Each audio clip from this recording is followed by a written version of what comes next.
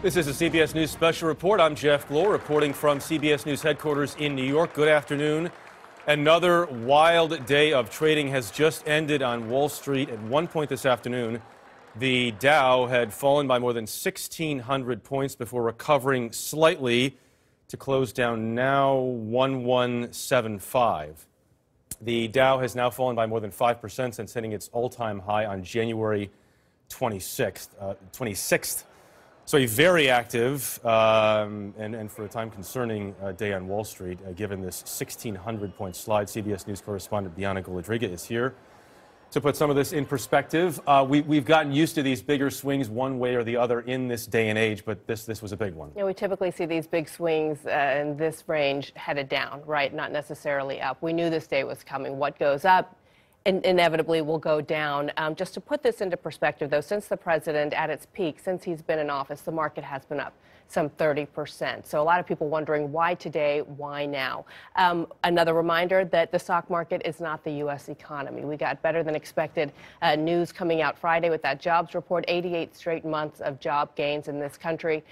We've also seen wage gains that we've been desperately in need of over the past few years. And that now sparks concerns about inflation. And that then becomes the Federal Reserve's responsibility. They have two jobs, mainly the Federal Reserve, to keep unemployment low and to keep inflation in check. Over the past 10 years, interest rates have been at zero or near zero. Since we've started to see wages go up, however, there's been concern that interest rates will start to go up, and thus we're starting to see this sell-off. And we have a new Fed chair with hands full. Yeah, not a great first day for him, at least from a stock market perspective, but he can handle it.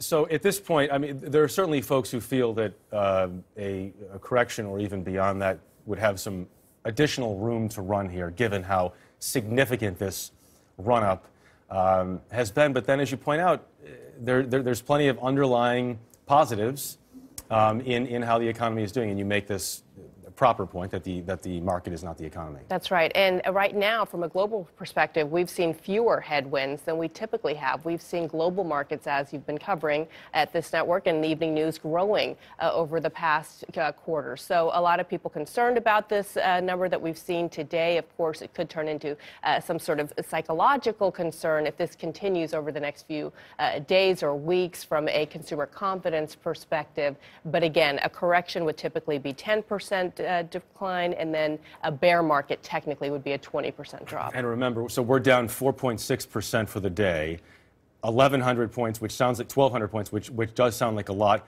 Black Monday was 22%. That's right. That happens.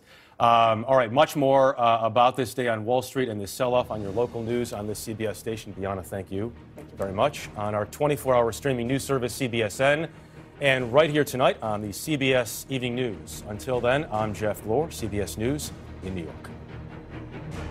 For news 24 hours a day, go to cbsnews.com.